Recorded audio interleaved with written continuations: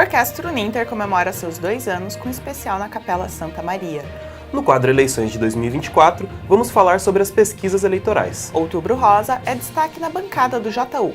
Pesquisas científicas crescem 45% em um ano na Uninter. 20ª edição do Prêmio Professor Inclusivo reconhece professora de Direito. Professores da Uninter são premiados no maior evento de educação à distância do país. Mais de 100 alunos celebram formatura na Ópera de Arame, em Curitiba. Veja agora no Jornal Uninter.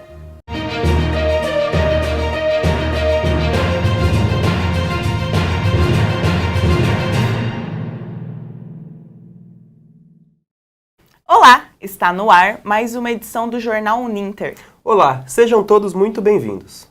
Em 2025, a Uninter terá 144 projetos de pesquisa distribuídos em 21 grupos e 52 diferentes linhas de estudo. O aumento de 45% em relação a 2023 mostra o compromisso com o fomento da pesquisa científica no centro universitário. No total, 345 professores farão parte de projetos de pesquisa no próximo ano. Confira mais informações no site Uninter Notícias.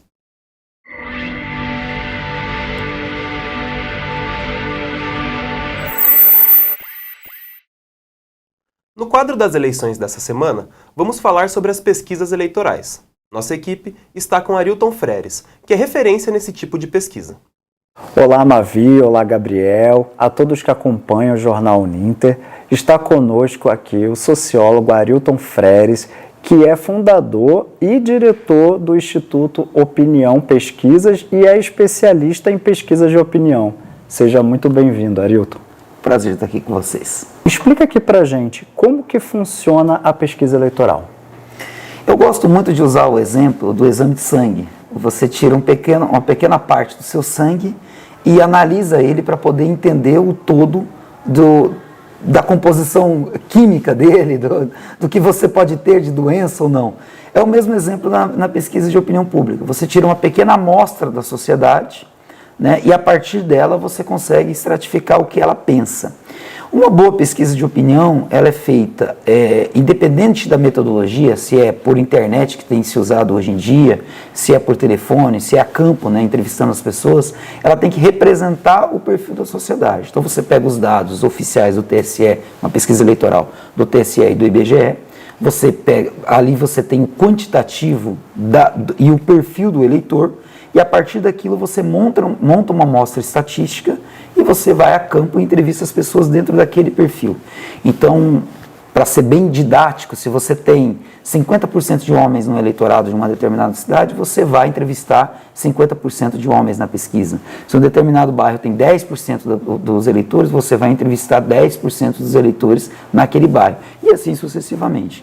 Então, a pesquisa ela tem que ter essa dinâmica na montagem dela. Depois é o questionário. Você tem que montar um questionário que não influencie o eleitor.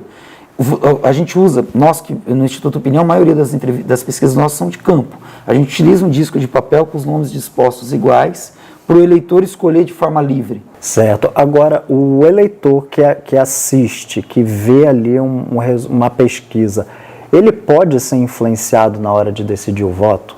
O que acontece que a pesquisa influencia muito é o chamado voto útil. Então, o eleitor mais alinhado à direita, ao bolsonarismo, muitas vezes ele busca o voto útil. Voto útil no candidato que o eleitor entende que é mais viável para ganhar do candidato de esquerda no segundo turno. Isso vale também no sentido contrário.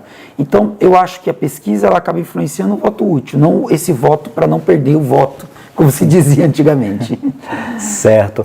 E a gente viu em outras eleições uma diferença até grande entre pesquisas. Algumas pesquisas com percentual, outras apontando um determinado candidato, outras pesquisas apontando outro candidato. E, inclusive, a gente viu que a pesquisa, o resultado da urna era diferente do da pesquisa. Por que isso acontece? São múltiplos fatores. É muito difícil hoje você ter uma precisão de pesquisas que você tinha há 20 anos atrás. Antigamente, as campanhas acabavam na sexta-feira antes das eleições. A legislação obrigava, você fechava os comitês, fazia o último comício e encerrava a campanha. E eleitor, aquela decisão que ele tinha tomado, dificilmente ele mudava até a urna no domingo. Hoje em dia você tem o imponderável da internet. O eleitor recebe e parcela significativa das campanhas, em especial nessa nova geração da direita nacional, que alguns classificam como uma extrema-direita, eles têm uma capacidade de gerar notícia e fato que chegam nas redes sociais com uma velocidade absurda entre sexta e domingo. E isso você percebe nos trackings internos que a gente faz de pesquisas diárias, você percebe mudança de voto no sábado muito rápida e muito significativa. Segundo, você tinha uma dificuldade nas últimas eleições, e ainda vai ter para essa, dos dados censitários. Por mais absurdo que pareça, para você montar uma base de dados hoje do critério de renda, você tem que usar o censo de 2010, porque o IBGE não disponibilizou o dado de renda da população mais recente. O TSE não tem o dado de renda. Então a gente, por cuidado, pelo menos o Instituto Opinião, a gente usa o critério pelo TSE, sexo, idade, escolaridade, mas renda e local de moradia a gente tem que utilizar o dado do IBGE. A gente vem encontrando formas, ver quem votou na última eleição para presidente, tem buscado meios de calibrar isso, mas é um problema. Outro problema que você tem é a nacionalização das campanhas. Então, você tem o eleitor que vota nas últimas eleições de 2022, por exemplo, o eleitor dizia que ia votar no Senado para um determinado candidato, mas ele estava muito mais alinhado ao voto nacional. Então, na véspera da eleição, ele se diz indeciso muitas vezes, e aí na eleição do Senado tem uma gama de indecisos grande, e aí esse eleitor não está muito indeciso. Ele vai votar no candidato alinhado com os valores dele. Para finalizar, eu acho que tem algumas coisas que a gente tem que considerar também. É o erro de como você divulga isso. Você precisa saber ler as pesquisas. Outro fator é na própria estimulada. Você tem eleições com 20% de indeciso. Daí os órgãos de imprensa divulgam o tal dos votos válidos na hora da urna. E assim, não é verdade, porque os votos válidos da eleição na urna, ele é realmente o excluído eleitor que votou nulo branco e que não foi para a urna, que se absteve. Mas na pesquisa esse eleitor está respondendo. E aí o que a gente faz? Nós excluímos o tal dos votos válidos na pesquisa, nós excluímos os indecisos, e o indeciso vai votar em alguém, ele está indeciso, ele não está dizendo que ele não vai votar. O não opinou, o nulo e branco, e aí dá uma projeção dos votos válidos. Muito obrigado pela sua participação, por essa contribuição importante, e chegamos ao fim do quadro Eleições 2024 e voltamos ao estúdio.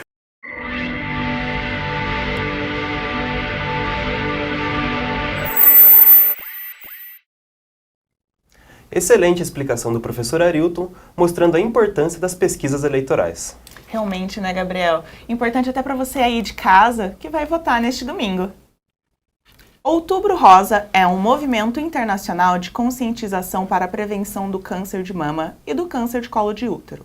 O câncer de mama é o tipo que mais acomete mulheres em todo o mundo e ocupa a primeira posição em mortalidade no Brasil. A prevenção e a detecção precoce contribuem significativamente para a redução dessas mortes. Para falar sobre o assunto, convidamos para compor a bancada do JU a doutora em enfermagem e coordenadora do curso de enfermagem da Uninter, Deise Benedetti, e a mestre em políticas educacionais e coordenadora dos cursos de gerontologia da Uninter, Maria Caroline Valdrigues. Professoras, sejam muito bem-vindas. Muito obrigada por estarem aqui. Iniciando a nossa bate-papo, professora Deise, qual que é a importância e o impacto da campanha do Outubro Rosa para a prevenção do câncer de mama? Olá, bom, referente à importância, né? É um movimento que começou lá na década de 90, né? Nós temos no Brasil uma lei sancionada desde 2018, que, assim como a gente tem outros meses em que a gente tem cores específicas, né? No outubro é Outubro Rosa, trazendo toda essa questão mais da feminilidade, né? Relacionada a um olhar para a prevenção, para a promoção da saúde, né? Que envolve desde exames para essas mulheres, né? Para uma detecção precoce, como também um autocuidado, um olhar para si, né? Se a gente for olhar a campanha do Ministério da Saúde, o tema deste ano de 2024, ele está bem relacionado a esse olhar para si, né?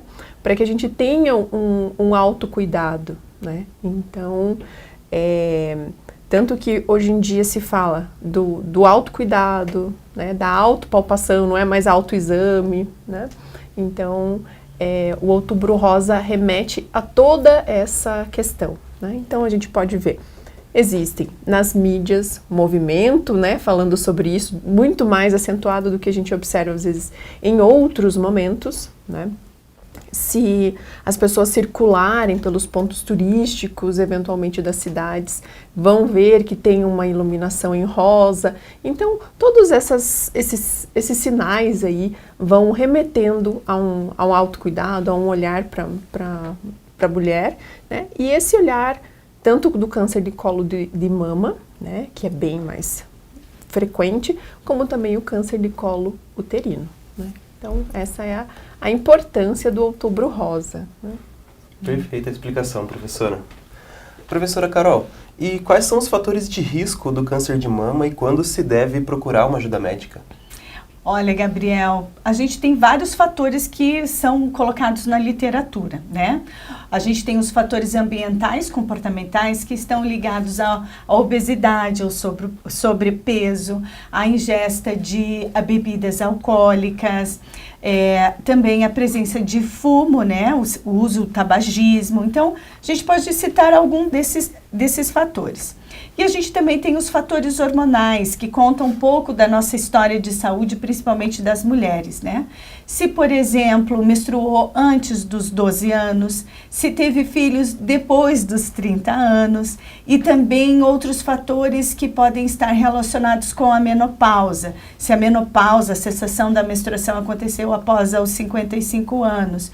Então, esses são só alguns, né, que estão ligados. E, obviamente, o último são os fatores ligados à hereditariedade, né? Por exemplo, se na família mãe, filha ou irmã tiveram, tem que se ter um olhar atento para fazer toda uma investigação de saúde, né, para saber se há sinais, se há sintomas ou não.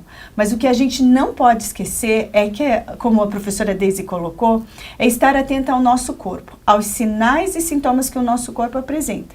Então, provavelmente ali na hora do banho é um horário que a gente sempre coloca assim, eu não sei quando que eu vou me cuidar, quando... A gente não estimula mais o autoexame, sim esse cuidado, essa percepção diária. Então, olhe para suas mamas, veja se tem alguma diferença de tamanho, de cor. A gente costuma dizer um sinal muito importante, é o sinal de casca de laranja, o pear orange, que ele parece aquele pontilhado da casca de laranja, que é um sinal bastante importante. Se tiver, procure, né, a unidade de saúde, a assistência médica. E também tem a questão da retração. A pele fica puxada, ela fica diferente comparada à outra. E o que é mais comum é encontrar nódulos, né? Muitas vezes em qualquer setor local da mama, muitas vezes axilares. E é preciso ter atenção. Quando é que você encontrou esse nódulo? Está perto da sua menstruação? Está depois da sua menstruação? Isso é importante, porque nós temos toda uma dinâmica hormonal ali, né, para quando desce o ciclo menstrual e que pode estar relacionado com a presença ou não deste nódulo. Mas em qualquer desses sinais, procure assistência à sua saúde, procure sua unidade básica de saúde. Muito obrigada, professora, pelas orientações. E é muito interessante quando a gente comenta sobre câncer de mama, a gente pensa muito que o público-alvo é o feminino. Mas o câncer, professora Deise, pode acometer os homens também? Como eles podem detectar? Pode sim. Então, uma pergunta bem interessante, né, Mavi? Geralmente a gente remete, né, o rosa, outubro rosa, as mulheres, né? Mas a proporção, é claro, é muito menor para cada 99 mulheres, né, um homem, que a gente tem de proporcionalidade do câncer de mama. Mas, sim, é um fator que é um público que pode vir a desenvolver, né? Eles têm a composição ali de tecido mamário diferente das mulheres, mas eles têm que ficar atentos, né? Assim como a professora Carol comentou, a gente precisa se olhar, né? Independente seja no banho, seja em algum outro momento, mas se observar né? Aproveitando aí não só o câncer de mama, mas também observar a mucosa oral, observar o corpo como um todo, o que que eu percebo de diferente. Olha, isso aqui estava assim, agora está assado, né? E no homem também, fazer essa observação. É muito mais difícil a detecção do que na mulher, né? Por conta de toda a estrutura. Mas os homens, eles podem fazer a autopalpação para se perceber e aí, identificando alguma coisa, também procurar a ajuda de um profissional de saúde, né? Perfeito, professora.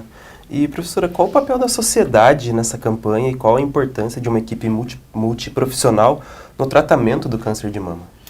Sabe, Gabriel, quando a gente fala em câncer, as pessoas nem falam de câncer na família, sabe? Aquela pessoa, aquele nosso familiar que teve essa doença. Então, assim, não se fala. Então, primeira coisa, quando existe essa data, né, de conscientização, que a gente possa falar livremente sobre isso, ultrapassando os estigmas, os tabus, os receios, os medos. Então, eu costumo dizer assim, vamos falar, sim, que sentiu, que teve, para que essa informação, esse conhecimento chegue a todos. Uma outra questão, né, da equipe multiprofissional é que quando uma pessoa adoece, né, de câncer ou até mesmo do câncer de mama, há vários profissionais envolvidos, né? Então nós podemos dizer aqui a equipe médica, a equipe de enfermagem, a equipe da psicologia, muitas vezes a equipe, olha só, que trabalha lá na químio, na radioterapia, que faz parte do corpo médico. Nós temos, enfim, conforme vão surgindo as necessidades de saúde para essa pessoa, vão sendo solicitado o acompanhamento de profissionais. Então, eles trabalham com as melhores evidências científicas, com protocolos bastante atuais e bem definidos, e vão manejando na equipe como é que essa pessoa, esse ser de cuidado que está passando por esse momento, precisa de qual ação cuidativa, qual ação de cuidado. Então, a equipe multidisciplinar ela é um ponto estratégico, é a chave no tratamento, não é do diagnóstico, quando do diagnóstico de câncer de mama. Perfeito. A professora Carol até comentou de alguns protocolos. Professora Deise, tem cura o câncer de mama? Como funciona o tratamento? Perfeito. Tem cura sim, né? Quando ele é diagnosticado logo no início, as chances de cura chegam aí a 95%, né? Até 100% de cura. Mas por isso que é tão importante a prevenção, né? Como que eu posso prevenir, né? Fazendo esse autocuidado, tomando aquelas medidas básicas que a gente conhece, que eu acho que todo mundo conhece, de hábitos saudáveis de vida, de alimentação saudável, prática de atividade física, né? Esses que a professora Carol comentou, do tabagismo, etilismo. Então, que servem para diversas doenças, né? Então, eu tendo esses hábitos, já diminui a minha chance de estar exposta a um câncer, né? Eu vir a desenvolver. E se eu tiver esse autocuidado, né? Fazendo exames periódicos, né? Eu consigo ter uma detecção o quanto antes. E o quanto antes eu descobrir, muito maior a chance de eu curar, tratar, né? E os tratamentos, eles são os mais variados. Como a professora Carol comentou, observar se é uma retração, se está com um aspecto ali que parece de casca de laranja, dependendo da característica do câncer de mama, né? Que são feitos exames, né? Biópsias, anatomopatológico, enfim, exames para identificar que tipo de alteração celular é aquela. E dependendo do tipo de alteração celular, é um tratamento específico. Eventualmente vai ser um tratamento medicamentoso, ou uma quimioterapia, ou radioterapia, cirurgia. Então tem um leque, né, um rol bem grande de tratamentos possíveis e que eles vão ser personalizados, digamos assim, conforme a especificidade de cada paciente, né? Isso que é um ponto-chave que a gente tem nos avanços, né, da tecnologia na área da saúde, né, na área da medicina. Nós chegamos ao fim de mais um quadro com as professoras aqui da conversa sobre o Outubro Rosa. Muito obrigada, professoras, por terem vindo aqui e por todas as suas contribuições. A Uninter realizou na Ópera de Arame, em Curitiba, a cerimônia de outorga de grau a mais de 100 egressos da Escola Superior de Gestão, Comunicação e Negócios. Confira na reportagem de Maria Vitória. A formatura é um momento muito especial e particular para cada aluno. É a concretização de sonhos, não só do formando, mas da família dele. É também o início de uma vida profissional a partir de um curso superior tecnológico ou de um bacharelado. Mas essa concretização do sonho dele começou quando ele entrou no centro universitário. E eu, como pró-reitor, a minha pró-reitoria de graduação, ela recebe o aluno, acompanha o aluno durante seu curso e entrega o aluno hoje. E é isso que nós vamos fazer aqui, é entregar esse aluno para a sociedade. E o ato da formatura, da colação de grau, ele é um ato público, ou seja, você coloca o aluno perante a comunidade. E quando eu dou a outorga de grau, você oficializa o grau que ele está se formando. É uma vitória muito grande para a gente agora, né? A gente está construindo nossa vida junto e assim, a gente está feliz, sabe? A gente está feliz de poder estar aqui hoje, está feliz de poder estar aqui agora e comemorar isso junto dela, né? Celebrando a conquista de seus estudantes, a Uninter realiza a formatura de 111 formandos de 17 cursos na Ópera de Arame, em Curitiba. A formatura é o momento em que a gente confirma aquilo que a gente fala sobre educação à distância. Ela chega em qualquer lugar, não só do Brasil, mas do mundo. Não importa onde é que o aluno esteja, desde que ele consiga acesso à internet, que ele esteja conectado, ele consegue fazer um curso superior. A formatura aqui na Ópera de Arame, em Curitiba, é a coroação desse trabalho, dessa busca pela profissionalização que os nossos alunos querem em todo o Brasil e hoje no mundo. Alcançar este momento resulta de uma caminhada em que a instituição de ensino começa com acolhimento e acompanha o aluno no decorrer da formação até que ele se transforme em um egresso. Egresso esse que é a maior joia que uma instituição de ensino pode ter. E quais as suas competências, habilidades, como é que ele veio se desenvolver no decorrer do seu curso. Com isso, a gente envolve toda a nossa área, que é a área de carreiras, abrindo oportunidade para que esses alunos, de fato, desenvolvam as suas competências, suas habilidades dentro do processo de formação. De que forma? Trabalhando a carreira, trabalhando seus estágios no obrigatório, enfim, colocando-se para o mercado de uma forma com qualificação e sempre trabalhamos no processo da formação continuada. Durante todo esse período de curso, eu fui muito bem cuidada, muito bem assistida por todos os coordenadores do polo, principalmente Renata, Milene, pessoal muito bacana. Estou feliz de estar aqui, é um sonho sendo realizado. E eu acho que todo mundo nunca deve desistir. Acho que a gente tem que sempre pensar na frente e no futuro. E a Uninter ajudou eu a ser promovida. Hoje eu tenho uma profissão muito importante nos Estados Unidos. E graças à Uninter eu cheguei lá.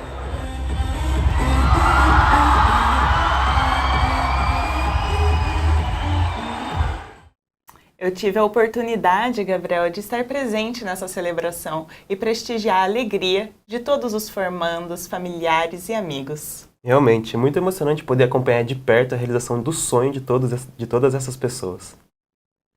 2 pesquisas realizadas por professores da Uninter foram destaque na 29ª edição do Congresso Internacional de Educação à Distância.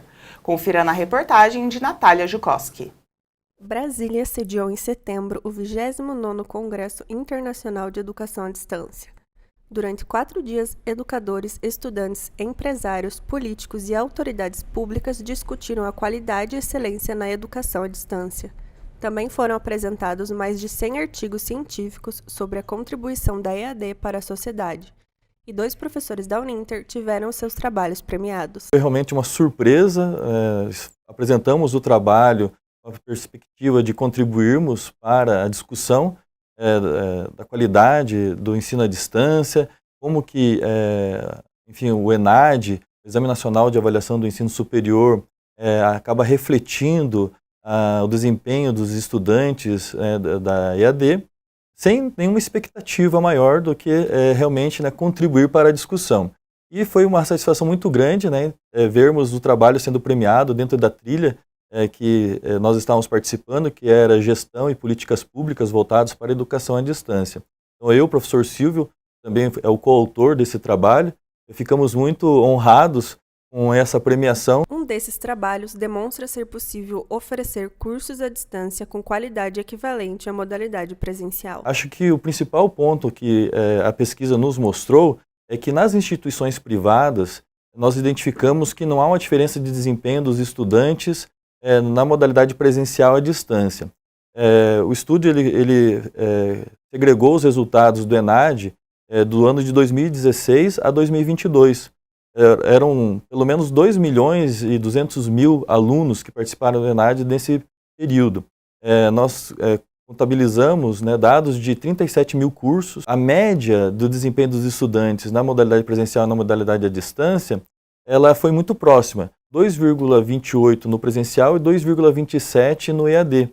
Então é uma diferença praticamente insignificante do ponto de vista do desempenho dos estudantes nas duas modalidades para as instituições privadas. Nas instituições públicas, daí nós vemos uma disparidade. Outro trabalho desconstrói o argumento de que há uma rivalidade entre a educação presencial e a distância. A gente percebe na fala de algumas pessoas que desconhecem o ensino à distância, a educação à distância, algo como se fosse ou é presencial ou é EAD, como se tivesse que brigar, como se as duas tivessem que brigar, o que não é a realidade, né? Nós temos o ensino presencial, a educação à distância para todas as pessoas. Não precisa ser um ou outro, mas a gente precisa dessa somatória para que sim a gente possa cada vez mais democratizar essa educação superior no Brasil que é tão necessária. Principalmente na nossa pesquisa, então, nós verificamos as questões dos alunos que estão nas licenciaturas, que são os futuros professores,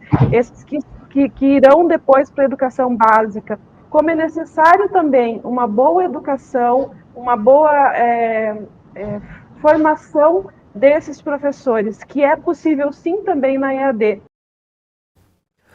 Buscando valorizar docentes que se empenham no processo de aprendizagem de alunos com deficiência, o Ciane homenageou a professora Tatiane Zampuski, da Escola Jurídica da Uninter.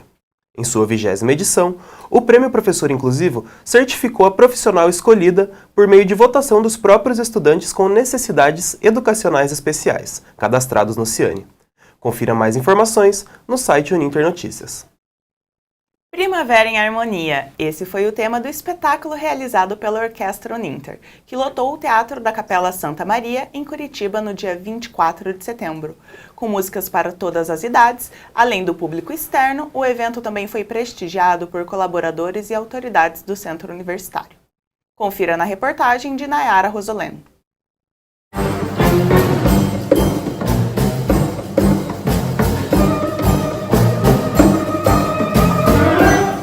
O concerto especial, aqui na Capela Santa Maria, marca também os 2 anos que a Orquestra Uninter completa em setembro de 2024. Mantida pela Fundação Wilson Pickler, a formação musical começou apenas como um sonho e a vontade de fazer acontecer dos professores Valentina Daldegan e William Salles. Hoje, o grupo é composto por 30 músicos, o dobro do inicial. E esse ano a gente está aqui na Capela Santa Maria super feliz por conseguir esse espaço para poder apresentar música de qualidade para a população de um modo geral. Então a gente está muito feliz em conquistar essa vitória aí de 2 anos. Nós pegamos algumas músicas que a gente já tocou durante esses 2 anos, algumas músicas especiais, então a gente tem músicas do primeiro concerto que a gente fez lá no auditório do Garcês. Aí a gente tem algumas músicas de filme, que foi o tema que a gente fez o ano passado também. E aí acrescentamos algumas coisas a mais, um pop, uma música brasileira no final, para dar um gostinho brasileiro também para esse concerto. Autoridades da Uninter estiveram presentes no evento e destacaram a importância da orquestra para a instituição e para a cultura local. A Orquestra Uninter é um símbolo da manifestação cultural da nossa universidade. Esta nossa orquestra, com toda a qualidade que ela já possui, tem feito com que a Uninter se destaque cada vez mais no âmbito cultural. Eu me sinto realizado. Não só eu, mas principalmente as pessoas que fizeram parte dessa história, começando lá atrás com a professora Valentina, o professor William Salles, a professora Oriana Gaio, que deu muito apoio, né? Então, todas as pessoas, eu não posso nem nominar todas aqui, porque vai ocupar muito tempo, que abraçaram a causa e que eu apostei que daria certo e deu certo. E não apenas para a instituição, a orquestra representa transformação de vida também para os músicos que a compõem. O grupo é formado por alunos, professores e pessoas da comunidade. É diferente quando a gente toca em grupo, né, do que quando a gente está estudando sozinho, tocando sozinho. Então é bastante enriquecedor a gente estar junto, né, tocando em grupo. Todo mundo se ajuda, todo mundo tá na mesma vibe, né? Na orquestra a gente aprende muito a ter disciplina e escutar as outras pessoas, né, fazer atividades em grupo. Acho que isso é muito importante, são coisas que a gente carrega para outras áreas da vida também. Representa um novo passo na carreira, porque entrar num grupo musical é sempre algo muito importante, né? Ainda mais uma orquestra inteira, não é nem um quarteto, é um montão de músicos diferentes, com várias experiências diferentes, então é bem gratificante. Nós músicos, o que a gente quer é tocar o coração do público, né? A gente quer emocionar as pessoas.